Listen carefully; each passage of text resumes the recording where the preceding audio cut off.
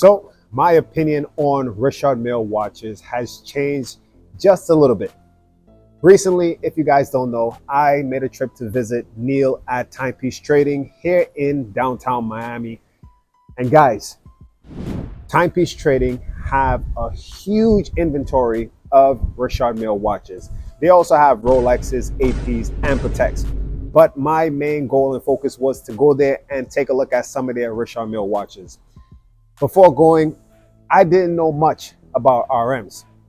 Of course, what I hear on some videos, the pictures that I see, and there's a lot of negative comments when it comes to RMs, to a degree. Now, I'm glad I made the trip to Timepiece Trading because I believe it's not the best thing to watch videos, look at pictures, and come up with a solid opinion.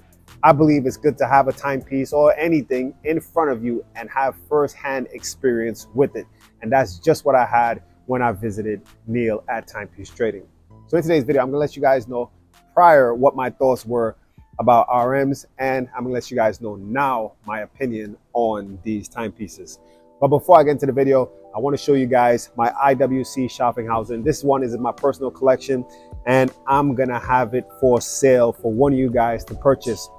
If you guys are interested, reach out to me on Instagram, or you could email me. My email is in the description box of this video.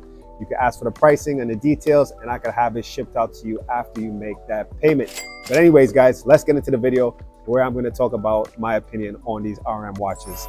Give the video a like, hit the subscribe button, and let's go. So the first thing I want to start off by saying is that not everything makes sense, and that's fine. When it comes to timepieces and the prices increasing to astronomical amounts, sometimes it doesn't make sense. When it comes to RMs, I still do think that the prices are overpriced. These RM timepieces are going for six figures, 300,000, 400,000. They were going for more when they were truly hyped before the correction. It didn't make sense to me, and like I said, it still doesn't. But that's not the case only with RMs. In a lot of other watch brands and models, logic just goes out the window. Like recently with Cartier, the Cartier Bamboo in white gold sold for around $300,000 at auction. Damn. The yellow gold Bamboo sold for around $100,000. That is crazy, guys. These timepieces just a few years ago, let's say 2-3 years ago, you could have picked up for $5,000, $10,000. And now they're like 10x, 20x for the white gold. That's just crazy to me. It doesn't make sense. But when you start putting your thinking cap on, you're thinking, okay, when it comes to certain things where there's rarity involved, prices could just go through the roof. Sometimes it just doesn't make sense. It's how much people are willing to pay. And for something that's rare, I believe the white gold piece, there's only 3 to be known. That's why that Cartier Bamboo sold for $300,000. Crazy.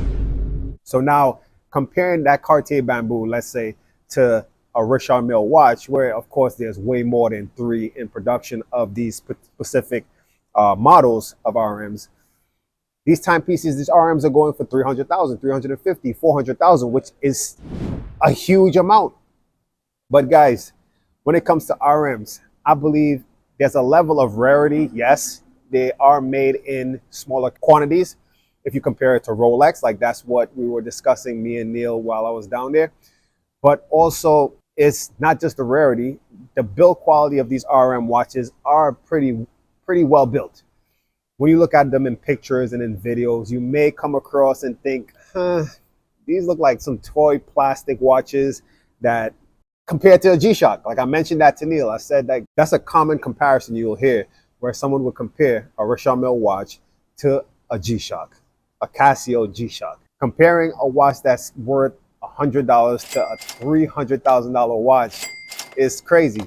But having those timepieces in my hand, when I took that trip to Timepiece Trading and actually holding some of these pieces, I saw the value, especially not just in the case and the build of it, but just in the movement.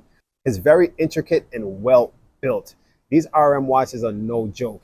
And I'm sure there's a bit of technology built into these watches after discussing the ability for these timepieces to withstand certain G-forces and things of that nature, it shows that it's not just like a cheap watch.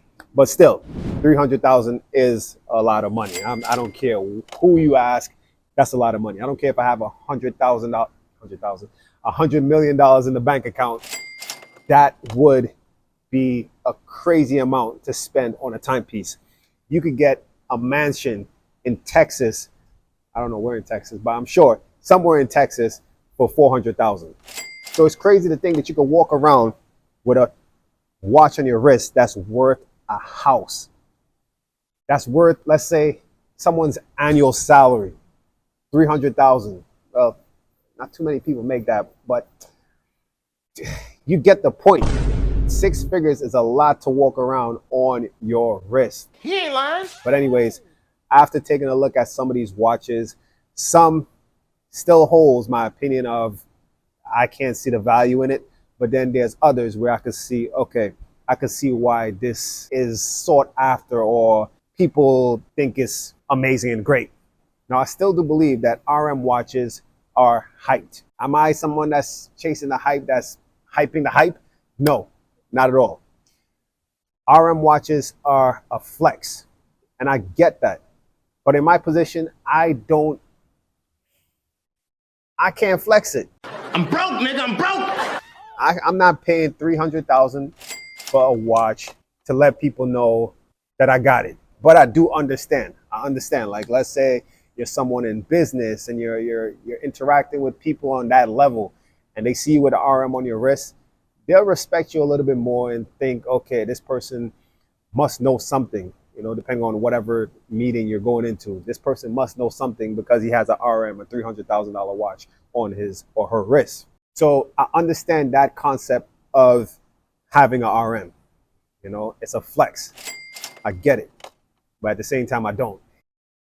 The last thing I want to close out with saying is that I was shocked to know that RMs corrected to the percent that they corrected at, 50, 60%. That drop is wild. From 600,000 to 300 to 290. Damn.